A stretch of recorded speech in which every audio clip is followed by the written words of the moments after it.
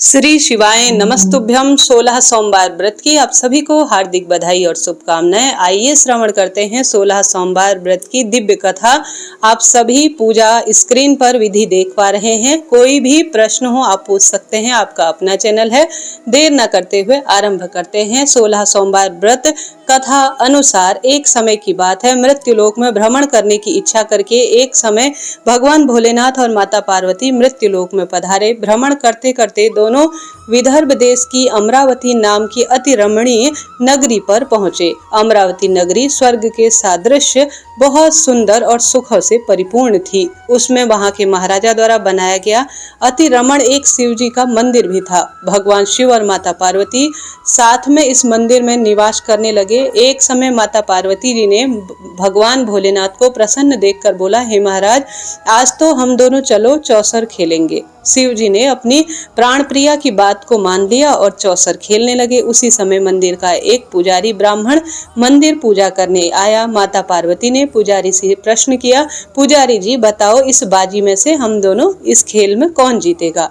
किसकी आखिर यहाँ पर जीत होगी? ब्राह्मण बिना विचार किए जल्दी से बोल उठा, आ तो महादेव की ही जीत होगी। थोड़ी देर में बाजी समाप्त हो गई। माँ पार्वती अचानक से जीत गई। पार्वती जी को बहुत ही गुस्सा आया और ब्राह्मण को झूठ बोलने के अपराध के कारण श्राप देकर चली गई। भगवान भोलेनाथ ने मां पार्वती को बहुत समझाया, लेकिन उन्होंने ब्राह्मण को कोढ़ी होने का श्राप दे दिया। कुछ समय बाद पार्वती जी के श्रापवश पुजारी के शरीर में कोढ़ पैदा होने लग गया।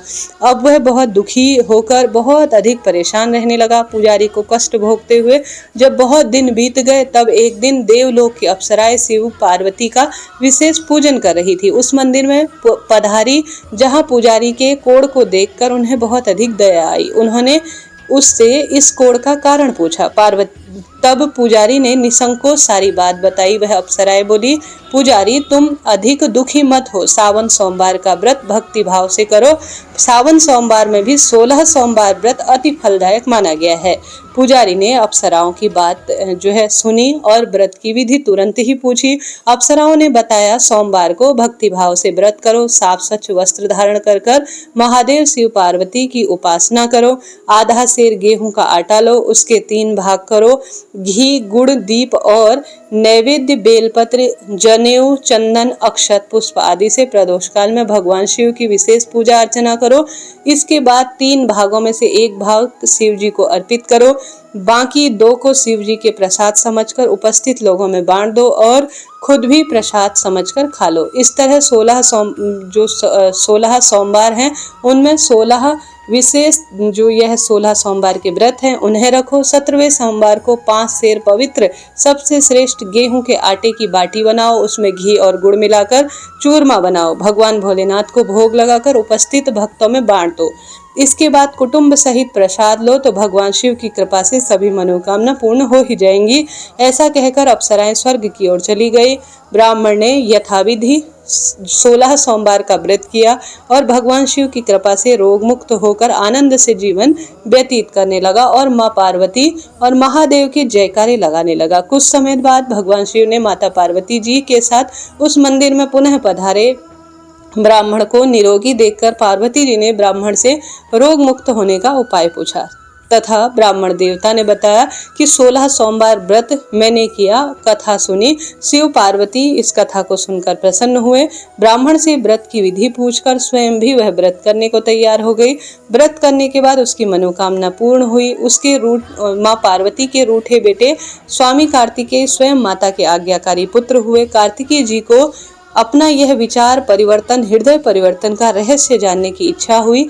वह माता पार्वती से बोले, माता, आपने कौन सा कैसा उपाय किया जिससे मेरा मन परिवर्तित हो गया और मैं आपकी ओर आकर्षित हुआ?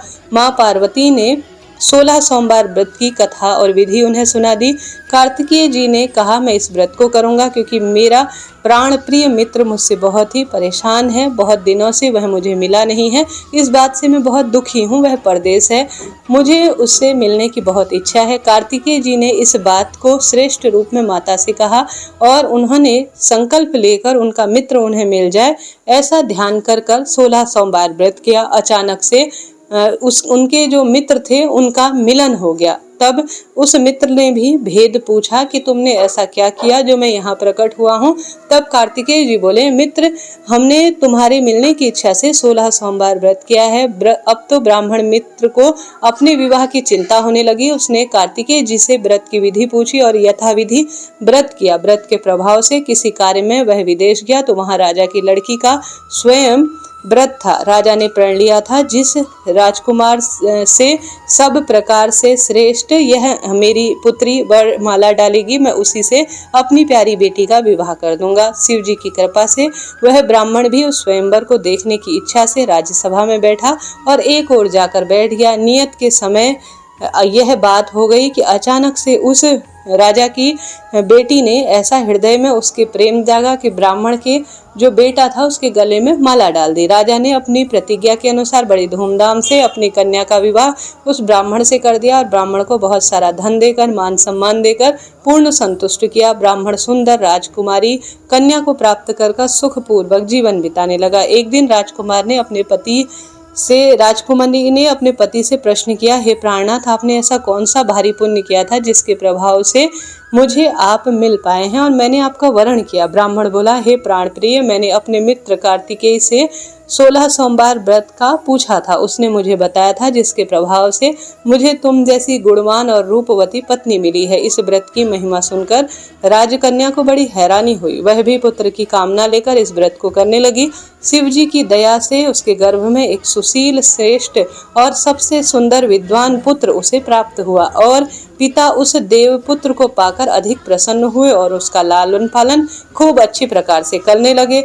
जब पुत्र समझदार हो गया तो एक दिन अपनी माँ से प्रश्न करने लगा, माँ, तुमने कौन सा ऐसा व्रत और तप किया था जो मेरे जैसा पुत्र तुम्हारे गर्भ से उत्पन्न हुआ। उनकी माता ने 16 सोमवार व्रत की बात उन्हें बताई।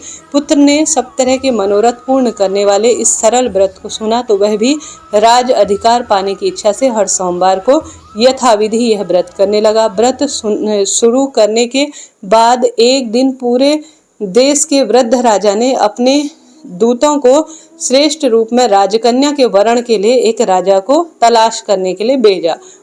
अपनी बेटी का विवाह ऐसे सर्वगुण संपन्न ब्राह्मण युवक के साथ वह करना चाहते थे जो कि सर्वश्रेष्ठ गुणों से परिपूर्ण हो और उनकी पुत्री को सुखपूर्ण जीवन व्यतीत करवा सके। वृद्ध राजा के दिवंगत हो जाने के बाद इसी ब्राह्मण को सिंहासन पर बैठाया गया क्योंकि दिवंगत राजा के कोई पुत्र नहीं था। राज्य का अधिकारी होकर भी वह ब्राह्मण 16 सोमवार व्रत करता रहा। जब 16वां सोमवार आया तो ब्राह्मण को अपने प्रियतमा के पूजन सामग्री लेकर शिव पूजा के लिए शिवालय में चलने को कहा, परंतु उसकी पत्नी ने उसकी आज्ञा का परवाह न करके दास दासियों द्वारा सामग्री शिवालय पर भिजवा दी, परंतु वह स्वयं नहीं जाना चाहती थी। जब राजा ने शिव जी का पूजन समाप्त किया तब आकाशवाणी हुई, राजा, अपनी इस रानी को राजमहल से निकाल दे, नहीं तो तेरा सर्वनाश हो जाएगा।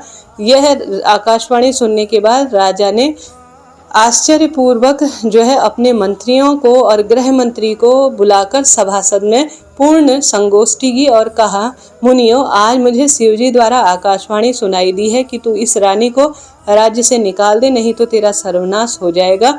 राज्य के मंत्री और सभासद आदि सब आश्चर्यचकित होकर दुख में डूब गए, क्योंकि जिस कन्या के कारण उसे राज्य मिला था, राजा उसी को निकालने की बात कर रहे थे। यह कैसे हो सकता है? पर राजा ने मंत्रियों की परवाह नहीं की। उन्होंने शिव आज्ञा का पालन किया और अपनी पत्नी को राजमहल से निकाल दिया। रानी दुखी हृदय से अपने भाग्य को कोसती हुई राज्य के बाहर चली गई। बिना पैर में कुछ पहने हुए वह दुखी होकर भूखी प्यासी अपने हृदय में भाग्य को कोसती हुई जा रही थी। रानी एक तेली के घर गई तो शिव जी के श्रेष्ठ जो प्रकोप था उस कारण से तेली के सभी जो मटके थे वह चटकते जा रहे थे।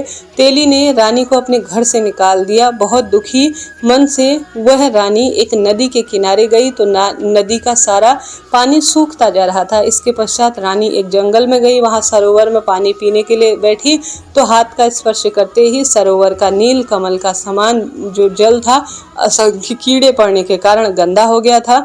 रानी ने अपने भाग्य का दोष देते हुए एक शीतल छाया में पेड़ के नीचे बैठना चाहा, परंतु जैसे ही पेड़ के नीचे वह बैठी, पेड़ के पत्ते डाल नीचे टूटकर गिर पड़े।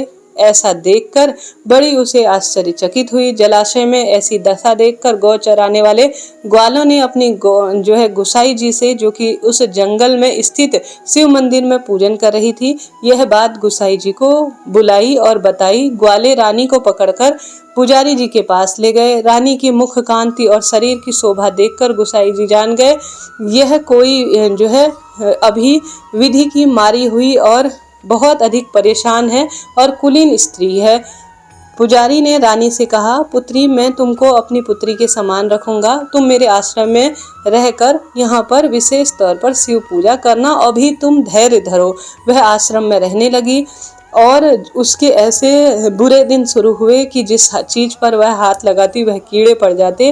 रानी की यह दशा देखकर गुसाई जी बहुत दुखी हुए और रानी से बोले, पुत्री, तुम्हारे ऊपर कौन सा देवता का प्रकोप है जिससे तुम्हारी ऐसी हालत है? पुजारी जी की बात सुनकर रानी ने शिव जी महाराज के पूजन के बहिष्कार की पूर्ण बात उन्हें बताई। तो पुजारी जी ने शिव जी की अनेक प्रकार से स्तुति की। फिर रानी से बोले, पुत्री, सब मनोरथ पूरी करने वाले 16 सोमवार का दिव्य और सबसे प्रभावशाली चमत्कारी व्रत तुम करो। उसके प्रभाव से भारी कष्ट से मुक्ति मिल जाती है। पुजारी जी की बात मानकर रानी ने 16 सोमवार व्रत किए और 17वें सोमवार को विधि विधान सहित पूजन करके उस पूजा के प्रभाव से राजा के हृदय में विचार आया। रानी को वह लिवाने के लिए गए। न जाने रानी कहाँ भटक रही होगी, किस रूप में होगी। परेशान होकर उन्होंने अपने दूतों को पहले भेजा। दूत रानी की तलाश करते हुए गुसाई जी के आश्रम में गए। वहां रानी को पाकर उन्हें अपने साथ चलने का आग्रह करने लगे, परंतु पुजारी जी ने मना कर दिया और राजा को रानी के बताए हुए पते पर जाकर आश्रम में लेने के लिए स्वयं राजा अब आने लगे।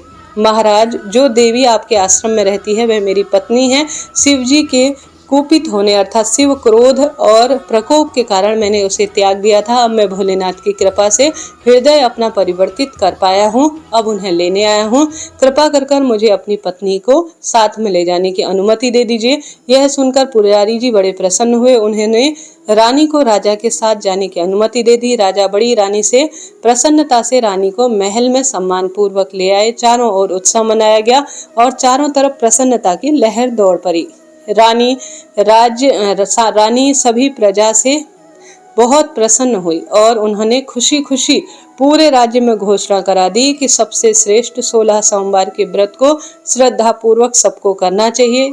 16 सोमवार व्रत महादेव को समर्पित सबसे सुंदर व्रत है। इस व्रत को करने से पुत्र की प्राप्ति होती है, सौभाग्य बढ़ता है, नौकरी, कर्ज इत्यादि की जो भी परेशानी है उससे मुक्ति मिलती है। प्रेम से बोलिए हर हर महादेव, जय माता दी। हे माँ भगवती, हे महादेव, आज के दिन जो भी 16 सोमवार व्रत करें उनके सौभाग्य में खूब खूब वृद्धि करना। हर हर महादेव।